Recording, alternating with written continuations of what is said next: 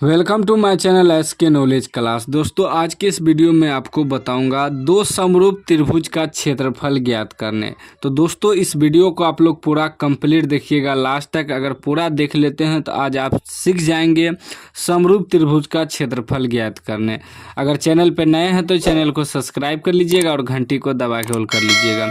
सवाल कर रहा है कि समबाहु त्रिभुज ABC की एक भुजा 10 सेमी तथा समबाहु त्रिभुज DEF की एक भुजा 5 सेमी है, तो त्रिभुज ABC तथा त्रिभुज DEF के क्षेत्रफलों का अनुपात ज्ञात करने का रहा है दोस्तों। ठीक ना, देखिए पॉइंट को समझिएगा ध्यान से। कह रहा है कि त्रिभुज ABC बना लिए ABC, उसके बाद कह रहा है त्रिभुज क्या दोस्तों DEF बना लिए हैं।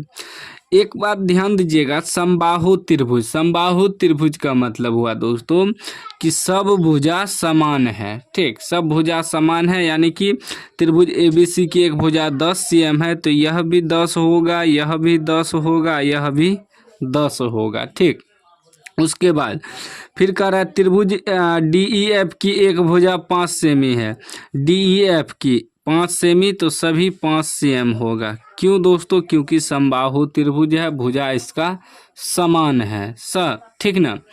चलिए अब बात करते हैं दोस्तों इसका क्षेत्रफल। देखिए एक पॉइंट याद रखिएगा, समबाहु त्रिभुज के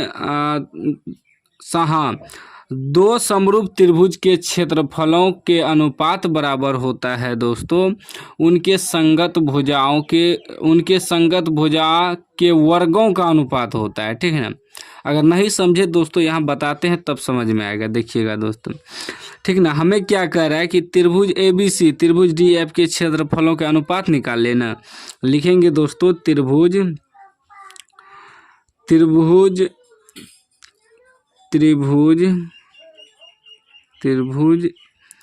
ABC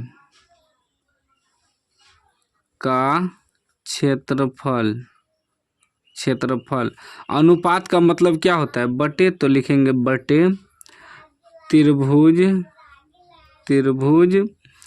DEF का क्षेत्रफल। ठीक, इसका सूत्र क्या होता है? उनके संगत भुजाओं का अनुपात, यानी कि दोस्तों संगत भुजा क्या, अगर AB लेंगे तो इसमें DE लेना है, अगर BC लेंगे तो इसमें EF लेना है, अगर AC लेंगे तो इसमें DF लेना है। यही हुआ संगत भुजा।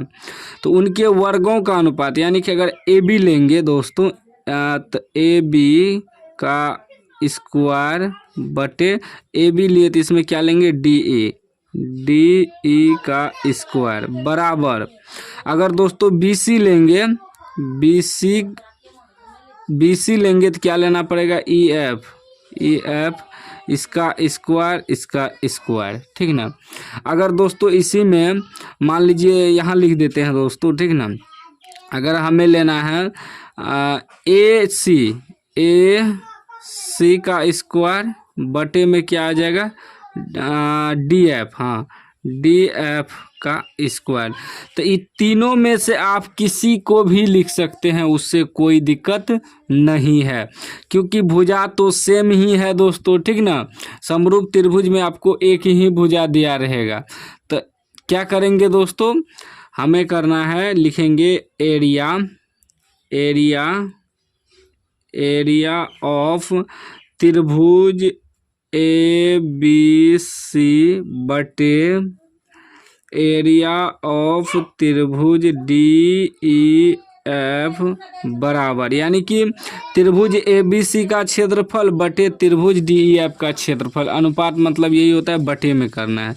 तो किसी एक भुजा को ले लेंगे, यानी कि AB स्क्वायर बटे DE स्क्वायर ले लिए। किसी एक भुजा का आपको लेना है, क्योंकि भुजा सेम है दोस्तों। ठीक ना, कोई दिक्कत नहीं है। अब देखिए दोस्तों AB कितना है 10 है, तो 10 का स्क्वायर बटे DE कितना है दोस्तों 5 है, तो 5 का स्क्वायर कितना आ जाएगा दोस्तों 10 का स्क्वायर 100। 10 का स्क्वायर का मतलब हुआ दोस्तों 10 गुना 10 क्या हो जाएगा 100 होगा। उसके बाद बटे 5 का स्क्वायर क्या हो जाएगा 25, 5 का स्क्वायर मतलब 5 गुना 5 पचे 25। ठीक, अब कटा दीजिए दोस्तों, कट जाएगा यहाँ। देखिए 25 एका 25, 25 चौके 100, यानी कि क्या निकल गया दोस्तों 4:1 इस क्षेत्रफल का अनुपात निकल गया, आंसर निकल गया। ठीक ना, इसी प्रकार आपको बनाना है। बस ये जो हम लिखे त्रिभुज ABC का क्षेत्रफल बटे त्रिभुज DEF का क्षेत्रफल, ये जो पॉइंट लिखे बस इसको आप लोग कॉपी में नोट कर लीजिएगा कि AB² बटे DE² बराबर BC² बटे EF² बराबर AC² बटे DF²। इसको नोट कर लीजिएगा। इनमें से किसी एक को सूत्र पे बैठा के आपको हल करना है। अगर आप BC और EF भी रखते तो कोई दिक्कत नहीं, आंसर वहीं जाता है क्योंकि भुजा सेम है। तो इस तरह का सवाल इसी प्रकार बनता है दोस्तों। ठीक ना, और अभी तक चैनल को सब्सक्राइब नहीं किया सब्सक्राइब कर लीजिए और घंटी को दबा के ऑल कर लीजिए।